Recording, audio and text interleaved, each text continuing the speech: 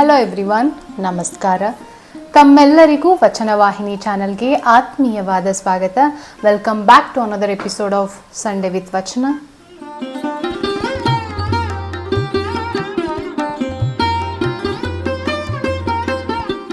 Sunday with Vachana ಮೊದಲನೇ ಬಾರಿ ಯಾರಾದರೂ ನೋಡ್ತಾ ಇದ್ರೆ, ಈ ಸೀರೀಸ್ ಮುಖಾಂತರವಾಗಿ ಪ್ರತಿ ಭಾನುವಾರ ನಾನು ನಿಮ್ಮ ಮುಂದೆ ಬಂದು ಬಸವಾದಿ ಶಿವಶರಣರ ವಚನಗಳನ್ನು ವಾಚನ ಮಾಡ್ತೇನೆ. ಇಂದಿನ ಎಪಿಸೋಡ್ನಲ್ಲಿ ವಿಶ್ವಗುರು ಬಸವಣ್ಣನವರ ಒಂದಿಷ್ಟು ವಚನಗಳನ್ನು ತಿಳಿಯೋಣ. ಹಾಗೂ ಈ ವಿಡಿಯೋದ ಕೊನೆಯಲ್ಲಿ ಒಂದು ಸ್ಪೆಷಲ್ ಅನೌನ್ಸ್ಮೆಂಟ್ ಇದೆ, ಅದನ್ನು ತಪ್ಪದೆ ನೋಡಿ ಅಂತ ಹೇಳ್ತಾ ಬನ್ನಿ ಈಗ ವಚನಗಳನ್ನು ಕೇಳೋಣ. ಮೊದಲನೇದಾಗಿ ಗುರುಕರ್ಣ ಸ್ಥಳದ ಒಂದಿಷ್ಟು ವಚನಗಳನ್ನು ಕೇಳೋಣ. ಮಡಕೆಯ ಮಾಡುವಡೆ ಮಣ್ಣೆ ಮೊದಲು, ತೊಡಿಗೆಯ ಮಾಡುವಡೆ ಹೊನ್ನೆ ಮೊದಲು, ಶಿವಪಥವನರಿವಡೆ ಗುರುಪಥವೇ ಮೊದಲು, ಕೂಡಲ ಸಂಗಮ ದೇವರನರಿವಡೆ ಶರಣರ ಸಂಘವೇ ಮೊದಲು. ನೋಡಿ ನೋಡಿ ಮಾಡುವ ನೇಮ ಸಲ್ಲವು ಸಲ್ಲವು, ತನು ಉದ್ದೇಶ ಮನ ಉದ್ದೇಶವಾಗಿ ಮಾಡುವ ನೇಮ ಸಲ್ಲವು ಸಲ್ಲವು, ಗುರುಪಥವ ಮೀರಿ ಮಾಡುವ ನೇಮ ಸಲ್ಲವು ಸಲ್ಲವು, ಕೂಡಲ ಸಂಗಮ ದೇವಯ್ಯ ಇವು ನಿಮ್ಮ ನಿಜದೊಳಗೆ ನಿಲ್ಲವು ನಿಲ್ಲವು. ಇವೆರಡೂ ವಚನಗಳು ಕೂಡ ಗುರುಕರ್ಣ ಸ್ಥಳದ ವಚನಗಳು. ಈ ವಚನದ ಭಾವಾರ್ಥವನ್ನು ಸಂಕ್ಷಿಪ್ತವಾಗಿ ನೀವು ತಿಳಿಯಬೇಕು ಅಂತ ಅಂದರೆ ಇದೇ ಚಾನಲಲ್ಲಿ ವಿಶ್ವಗುರು ಬಸವಣ್ಣನವರ ವಚನಗಳು ಮತ್ತು ಭಾವಾರ್ಥ ಅನ್ನುವಂತಹ ಒಂದು ಪಾಡ್ಕಾಸ್ಟ್ಗೆ ಪ್ಲೇಲಿಸ್ಟ್ಗೆ ಹೋದರೆ ಇದನ್ನು ಸಂಕ್ಷಿಪ್ತವಾಗಿ ಭಾವಾರ್ಥದೊಡನೆ ಅದನ್ನು ಪೋಸ್ಟ್ ಮಾಡಿದ್ದೀನಿ. ಈಗ ವಿಭೂತಿ ಸ್ಥಳದ ಒಂದೆರಡು ವಚನಗಳನ್ನು ತಿಳಿಯೋಣ. ಮುನ್ನ ಮಾಡಿದ ಪಾಪವೆಂತು ಹೋಹುದೆಂದು ಚಿಂತಿಸಬೇಡ, ಕಹಿ ಸೋರೆಯ ಕಾಯ ತಂದು ವಿಭೂತಿಯ ತುಂಬಿದಡೆ ಸಿಹಿಯಾಗದೆ 3 ದಿಸಕ್ಕೆ. ಅಯ್ಯ ಹಲವು ಕಾಲಕ್ಕೊಂದ ಸೋನೆಗಾರನ ಕೈಯ ಕತ್ತಿಯಾದಡೇನು, ಪರುಷ ಮುಟ್ಟಲಿಕ್ಕೆ ಹೊನ್ನಾಗದೆ ಅಯ್ಯ. ಲಲಾಟದಲ್ಲಿ ವಿಭೂತಿ ಬರೆಯಲಿಕ್ಕೆ ಪಾಪ ಪಲ್ಲಟವಾಗದೆ ಕೂಡಲ ಸಂಗಮ ದೇವ. ಮುನ್ನ ಮಾಡಿದ ಪಾಪವೆಂದು ಹೋಹುದೆಂದು ಚಿಂತಿಸಬೇಡ, ಕಹಿ ಸೋರೆಯ ಕಾಯ ತಂದು ವಿಭೂತಿಯ ತುಂಬಿದಡೆ ಸಿಹಿಯಾಗದೆ 3 ದಿಸಕ್ಕೆ. ಅಯ್ಯ ಹಲವು ಕಾಲ ತಂದ ಸೋನಿಗಾರನ ಕೈಯ ಕತ್ತಿಯಾದಡೇನು, ಪರುಷ ಮುಟ್ಟಲಿಕ್ಕೆ ಹೊನ್ನಾಗದೆ ಅಯ್ಯ.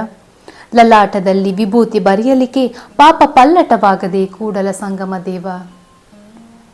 ಶರಣರೇ, ಈ ವಚನದಲ್ಲಿ ವಿಭೂತಿಯ ಮಹತ್ವವನ್ನು ಬಸವಣ್ಣನವರು ನಮಗೆ ಹೇಳ್ತಾ ಇದ್ದಾರೆ.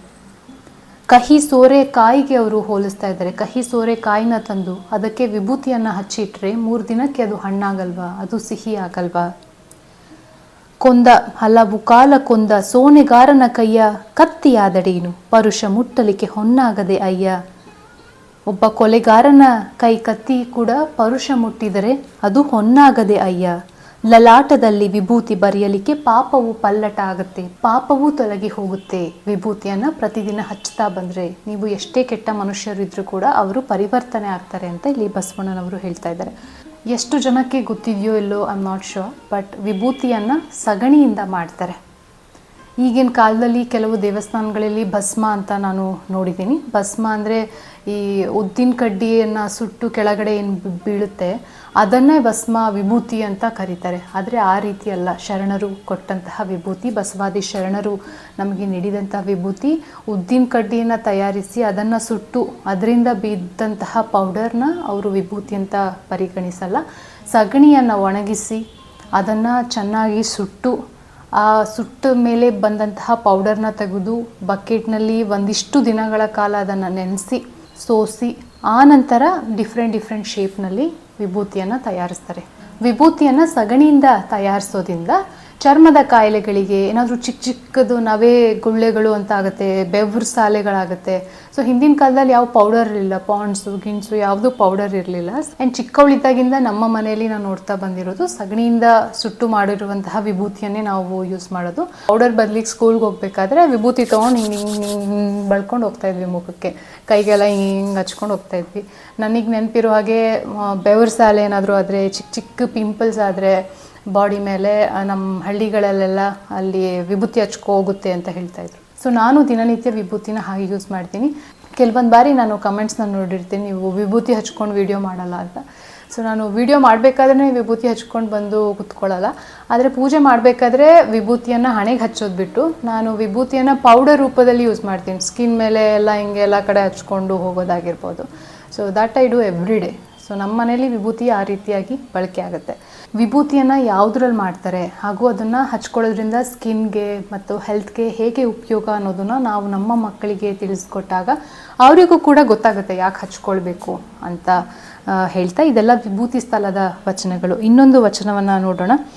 ನೀರಿಗೆ ನೈದಿಲೆಯೇ ಶೃಂಗಾರ, ಸಮುದ್ರಕ್ಕೆ ತೆರೆಯೇ ಶೃಂಗಾರ. ಬಹಳ ಫೇಮಸ್ ಆಗಿರೋ ವಚನ ಇದು. ನೀರಿಗೆ ನೈದಿಲೆಯೇ ಶೃಂಗಾರ, ಸಮುದ್ರಕ್ಕೆ ತೆರೆಯೇ ಶೃಂಗಾರ, ನಾರಿಗೆ ಗುಣವೇ ಶೃಂಗಾರ, ಗಗನಕ್ಕೆ ಚಂದ್ರಮನೆ ಶೃಂಗಾರ, ನಮ್ಮ ಕೂಡಲ ಸಂಗನ ಶರಣರಿಗೆ ನೊಸಲ ವಿಭೂತಿಯೇ ಶೃಂಗಾರ. ನೋಡಿ ಹೇಗೆ ನೀರಿಗೆ ನೈದಿಲೆಯೇ ಶೃಂಗಾರವೋ, ಸಮುದ್ರಕ್ಕೆ ಹೇಗೆ ವೇವ್ಸ್ ತೆರೆಯೇ ಶೃಂಗಾರವೋ, ನಾರಿಗೆ ಗುಣವೇ ಶೃಂಗಾರವೋ, ಹಾಗೆ ನಮ್ಮ ಕೂಡಲ ಸಂಗನ ಶರಣರಿಗೆ ನೊಸಲ ವಿಭೂತಿಯೇ ಶೃಂಗಾರ. ಇದು ಕೂಡ ಅಪ್ಪ ಬಸವಣ್ಣನವರ ವಚನ. ಹಾಗೂ ಒಂದು ಪಂಚಾಕ್ಷರಿ ಸ್ಥಳದ ವಚನವನ್ನು ನೋಡೋಣ. ಕರಿಯಂಜುವುದು ಅಂಕುಶಕ್ಕಯ್ಯ, ಗಿರಿಯಂಜುವುದು ಕುಲಿಶಕ್ಕಯ್ಯ, ತಮಂದವಂಜುವುದು ಜ್ಯೋತಿಗಯ್ಯ, ಕಾನನವಂಜುವುದು ಬೇಗೆಗಯ್ಯ, ಪಂಚಮಹಾಪಾತಕವಂಜುವುದು ಕೂಡಲ ಸಂಗನ ನಾಮಕ್ಕಯ್ಯ. ಕರಿಯಂಜುವುದು ಅಂಕುಶಕ್ಕಯ್ಯ ಅಂದರೆ ಆನೆ ಯಾವುದಕ್ಕೆ ಅಂಜುತ್ತೆ? ಅಂಕುಶಕ್ಕೆ. ಮಾವುತ ಅದರ ಮೇಲೆ ಕುತ್ಕೊಂಡು ಅಂಕುಶದಿಂದ ಸಿಗ್ನಲ್ಸ್ನ ಕೊಡ್ತಾ ಇರ್ತಾನೆ, ಹಾಗಾಗಿ ಅಂಕುಶಕ್ಕೆ ಒಂದು ಆನೆ ಅಂಜುತ್ತೆ. ಗಿರಿ ಅಂಜುವುದು ಕುಲಿಶಕ್ಕೆ, ತಮಂತ ಅಂಜುವುದು ಜ್ಯೋತಿಗೆ, ಕಾನನವಂಜುವುದು ಬೇಗೆಗೆ, ಬೆಂಕಿಯಲ್ಲಿ ಬೀಳುತ್ತೆ ಅಂತ ಕಾನನವು ಕೂಡ ಅಂಜುತ್ತೆ. ಪಂಚಮಹಾಪಾತಕವಂಜುವುದು ಕೂಡಲ ಸಂಗನ ನಾಮಕ್ಕಯ್ಯ. ಯಾವುದು ಪಂಚಮಹಾಪಾತಕ? ಗುರುದ್ರೋಹ, ಲಿಂಗದ್ರೋಹ, ಜಂಗಮದ್ರೋಹ, ಆಚಾರದ್ರೋಹ, ಪ್ರಸಾದದ್ರೋಹ. ಇವು ಪಂಚಮಹಾಪಾತಕಗಳು. ಯಾವುದು? ಗುರುದ್ರೋಹ, ಲಿಂಗದ್ರೋಹ, ಜಂಗಮದ್ರೋಹ, ಆಚಾರದ್ರೋಹ ಹಾಗೂ ಪ್ರಸಾದದ್ರೋಹ. ಈ 5 ದ್ರೋಹಗಳು ಪಂಚಮಹಾಪಾತಕಗಳು. ಈ ಪಂಚಮಹಾಪಾತಕವಂಜುವುದು ಕೂಡಲ ಸಂಗನ ನಾಮಕ್ಕಯ್ಯ. ಹಾಗೆ ಇನ್ನೊಂದು ವಚನ ನೋಡೋಣ. ಜಪ ತಪ ನಿತ್ಯ ನಿಯಮವೆನಗೆ ಉಪದೇಶ, ನಿಮ್ಮ ನಾಮವೆನಗೆ ತಂತ್ರ, ಶಿವನಾಮವೆನಗೆ ಮಂತ್ರ, ಕೂಡಲ ಸಂಗಮ ದೇವಯ್ಯ ನಿಮ್ಮ ನಾಮ ಕಾಮಧೇನುವೆನಗೆ. ನಮ್ಮ ಸಾಧನೆಯ ಸರ್ವಸ್ವವು ಕೂಡ ಶಿವನಾಮವೇ ಆಗಿದೆ ಅಂತ ಬಸವಣ್ಣನವರು ಈ ವಚನದಲ್ಲಿ ಹೇಳ್ತಾ ಹೋಗ್ತಾರೆ. ಸೊ ಈ ವಚನಗಳನ್ನು ಸಂಕ್ಷಿಪ್ತವಾಗಿ ನಾನು ಆ ಪಾಡ್ಕಾಸ್ಟ್ನ ವಚನಗಳಲ್ಲಿ ಎಕ್ಸ್ಪ್ಲೇನ್ ಮಾಡ್ತೀನಿ, ಇಲ್ಲಾಂದರೆ ಈ ವಿಡಿಯೋ ಲಾಂಗ್ ಆಗುತ್ತೆ. ಶರಣು. ವಿಡಿಯೋದ ಆರಂಭದಲ್ಲಿ ಒಂದು ಸ್ಪೆಷಲ್ ಅನೌನ್ಸ್ಮೆಂಟ್ ಇದೆ ಅಂತ ಹೇಳಿದ್ದೆ. ಅದೇನೆಂದರೆ, ನಿಮಗೂ ಕೂಡ ವಚನ ವಾಚನ ಮಾಡೋದ್ರಲ್ಲಿ ಅಥವಾ ವಚನ ಗಾಯನ ಮಾಡೋದ್ರಲ್ಲಿ ಆಸಕ್ತಿ ಇದ್ದರೆ ನಿಮ್ಮ ವಿಡಿಯೋನ ವಚನ ವಾಹಿನಿ ಚಾನಲ್ಗೆ ಕಳಿಸ್ಕೊಡ್ಬಹುದು. ಇದೇ ವಿಡಿಯೋದ ಡಿಸ್ಕ್ರಿಪ್ಷನ್ ಭಾಗದಲ್ಲಿ ಗೂಗಲ್ ಫಾರ್ಮ್ನ ಒಂದು ಲಿಂಕ್ ಇದೆ. ಬೇಸಿಕ್ ಇನ್ಫಾರ್ಮೇಷನ್ ಜೊತೆಗೆ ನಿಮ್ಮ ವಿಡಿಯೋನ ವಚನ ವಾಹಿನಿ ಚಾನಲ್ಗೆ ಕಳಿಸ್ಕೊಡ್ಬಹುದು. ನಿಮ್ಮ ಹೆಸರು ಮತ್ತು ಡೇಟ್ ಆಫ್ ಬರ್ತ್ ಹಾಗೂ ಇಮೇಲ್ ಐ ಡಿ ಮತ್ತು ಕಾಂಟ್ಯಾಕ್ಟ್ ಇನ್ಫಾರ್ಮೇಷನ್ ಕೂಡ ಇದೆ. ಅದು ನಿಮ್ಮ ಇಷ್ಟ, that is not compulsory. Email I D ಮತ್ತು ಫೋನ್ ನಂಬರ್ ಸಿಕ್ಕರೆ ಮುಂದೆ ಬರುವಂಥ ದಿನಗಳಲ್ಲಿ ವಾಟ್ಸಪ್ ಕಮ್ಯುನಿಟಿ ಮಾಡಬೇಕು ಅಂತ ಇದೆ, ಹಾಗೂ ಪ್ರತಿ ವಾರ ನ್ಯೂಸ್ ಲೆಟರ್ನ ಕಳಿಸ್ಬೇಕು ಅಂತ ಇದೆ ಮೇಲ್ ಐ ಡಿ ಮುಖಾಂತರವಾಗಿ. ಆ ವಿಷಯಕ್ಕೋಸ್ಕರ ಆ ಕಾಂಟ್ಯಾಕ್ಟ್ನ ನಾನು ಸೇವ್ ಮಾಡಿ ಇಟ್ಕೊಂಡಿರ್ತೀನಿ. ಅದನ್ನು ಬಿಟ್ಟು ವಿಲ್ ನಾಟ್ ಮಿಸ್ಯೂಸ್ ಇಟ್. ಯಾವುದೇ ಶರಣರ ವಚನಗಳನ್ನು ಆಯ್ಕೆ ಮಾಡಿ ನೀವು ರೆಕಾರ್ಡ್ ಮಾಡಬಹುದು. ಕೆಲವೊಂದು ವಿಷಯಗಳನ್ನು ಗಮನದಲ್ಲಿಟ್ಕೊಳ್ಳಿ. ಮೊದಲನೇದು, ನಿಮ್ಮ ಧ್ವನಿ ಸ್ಪಷ್ಟವಾಗಿರಲಿ. ಬ್ಯಾಕ್ಗ್ರೌಂಡ್ ನಾಯ್ಸ್ ಸ್ವಲ್ಪ ಕಡಿಮೆ ಇದ್ದರೆ ಹೆಲ್ಪ್ ಆಗುತ್ತೆ, ಆಗ ನಿಮ್ಮ ಧ್ವನಿ ಸ್ಪಷ್ಟವಾಗಿ ಕೇಳುತ್ತೆ. ಎರಡನೆಯದು, ಸ್ಪಷ್ಟವಾದಂತಹ ಕನ್ನಡದ ಉಚ್ಚಾರಣೆ ಇರಲಿ. ತಪ್ಪಾಗಿ ವಚನಗಳನ್ನು ಹೇಳಿದರೆ ಅದನ್ನು ಆಯ್ಕೆ ಮಾಡೋಲ್ಲ. ಮೂರನೆಯದು, ಬ್ರೈಟ್ ಲೈಟ್ ಇರುವಂತಹ ಜಾಗದಲ್ಲಿ ಹೋಗಿ ರೆಕಾರ್ಡ್ ಮಾಡಿ. ನೈಟ್ ಟೈಮ್ ಅಥವಾ ತುಂಬ ಡಾರ್ಕ್ ಇರುವಂತಹ ಜಾಗದಲ್ಲಿ ಹೋಗಿ ರೆಕಾರ್ಡ್ ಮಾಡಿದರೆ ನಿಮ್ಮ ಮುಖ ಚೆನ್ನಾಗಿ ಕಾಣಲ್ಲ. ಇಂತಿಷ್ಟು ವಿಚಾರಗಳನ್ನು ಗಮನದಲ್ಲಿಟ್ಕೊಂಡು ರೆಕಾರ್ಡ್ ಮಾಡಿ.